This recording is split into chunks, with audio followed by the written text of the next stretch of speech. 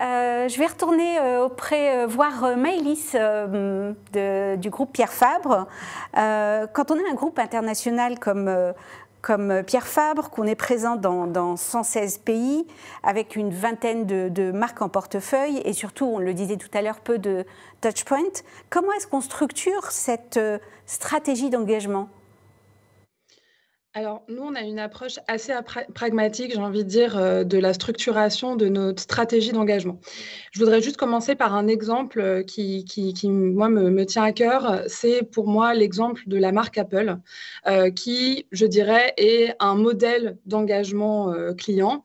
Il n'y a qu'à voir, hein, les clients Apple sont peut-être les meilleurs ambassadeurs de la marque. Donc, c'est une marque qui a vraiment réussi à véhiculer l'engagement client, à le porter au plus haut niveau. Et nous, c'est une marque, en tout cas, qui moi, à titre personnel, m'inspire. Pourquoi Apple, aujourd'hui, a généré de l'engagement ? C'est pas parce qu'ils ont un programme de fidélité, comme le nom l'indique. D'ailleurs, ils n'en ont pas. C'est pas parce qu'ils ont le meilleur rapport qualité-prix. C'est, OK, en partie, des beaux produits, etc. Mais selon moi, ce qui vraiment génère de l'engagement, c'est que l'expérience Apple, elle est parfaite de bout en bout, dans sa globalité, sur chaque touchpoint. Il n'y a pas un touchpoint dans l'expérience Apple qui est aujourd'hui délaissé, que ce soit le service consommateur que je contacte offline, que ce soit l'expérience en boutique, que ce soit l'expérience online. Donc, absolument rien n'est délaissé. Donc, pourquoi j'ai parlé de cet exemple ? C'est parce que nous, vis-à-vis de Pierre Fabre, c'est aussi l'approche qu'on aimerait avoir, c'est-à-dire de ne rien délaisser et d'avoir cette approche étape par étape, puisque nous, on doit travailler l'expérience dans sa globalité. Comme je vous le disais, l'approche B2C, c'est quelque chose qui est quand même encore relativement récent pour nous. Et donc, il a fallu qu'on se structure. Donc, comment on a structuré cet engagement et ces stratégies d'engagement ? De façon assez classique, par une pyramide. Donc, comme on pourrait voir la pyramide des besoins de Maslow, nous, on modélise cette stratégie par une pyramide à 3 étages. La base de cet étage, c'est ce qu'on appelle les services consommateurs, c'est-à-dire d'avoir des services consommateurs qui répondent à minima aux questions que nous posent les consommateurs, quel que soit le touchpoint qu'ils privilégient, donc que ce soit le social, l'email, le téléphone. Ça, c'est le socle de base. Je ne peux pas capitaliser sur plus d'engagement si je n'ai pas un service consommateur qui est lui-même engageant. La deuxième brique, c'est l'animation et l'activation des consommateurs. Donc aujourd'hui, on a la chance de pouvoir capitaliser sur des bases assez importantes de consommateurs qui ont voulu rentrer en contact avec nos marques, qui se sont inscrits à nos newsletters, qui ont participé à des jeux concours, à des challenges. Donc, mettre en place des stratégies pour à minima activer et animer ces bases, c'est la brique intermédiaire très importante à mettre en place après les services consommateurs.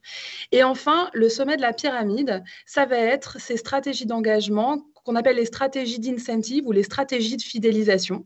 Ce sont ces stratégies qui vont peut-être toucher un nombre infime de consommateurs, ou en tout cas beaucoup plus faible par rapport à nos bases de nos données ou à nos clients potentiels, mais qui sont nécessaires parce qu'elles vont permettre de fidéliser les plus fidèles et surtout de capitaliser sur les consommateurs les plus engagés pour aller recruter des nouveaux consommateurs. Donc celles-là, il ne faut pas non plus les oublier, mais aujourd'hui, pour nos marques, on n'imagine plus déployer des programmes de fidélité si on n'a déjà pas mis en place une animation qui est pérenne, qui est sécure des consommateurs qui sont en base de données, et si on n'a pas aujourd'hui un service consommateur qui est à minima structuré avec des process, avec des outils qui consolident la donnée consommateur et qui l'exploitent pour aller fournir des insights consommateurs à nos marques. Si je reviens un petit peu sur la partie, donc au-delà service consommateur, sur la partie animation-activation. Là aussi, on a beaucoup revu nos stratégies donc avec nos marques. Ce qu'on travaille en priorité, c'est travailler ce qu'on appelle une promesse relationnelle. Donc, c'est vraiment définir cette valeur ajoutée, cette émotion forte qui va vraiment toucher le consommateur et qui va donner beaucoup de cohérence dans nos actions relationnelles par ailleurs, que ce soit jusqu'à des programmes de fidélité par la suite.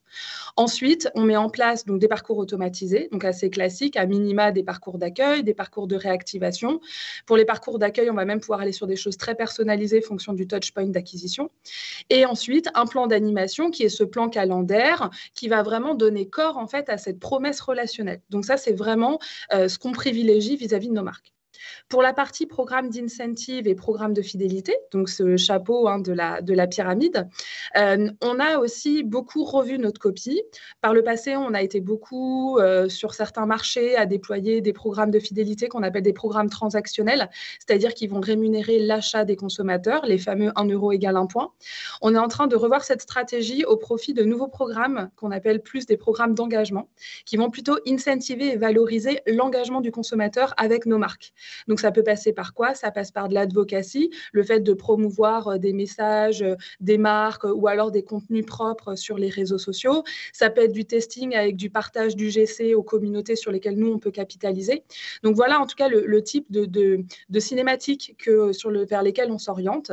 On a d'ailleurs fait des POC et notamment un POC sur l'une de nos plus grosses marques sur l'un de nos marchés qui nous a amené à des résultats très intéressants.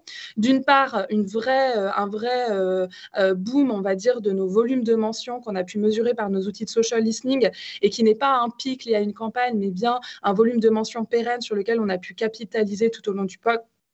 On a aussi acquis beaucoup d'UGC qu'on peut derrière réutiliser dans nos plans d'animation, mais également dans nos supports de communication de façon générale.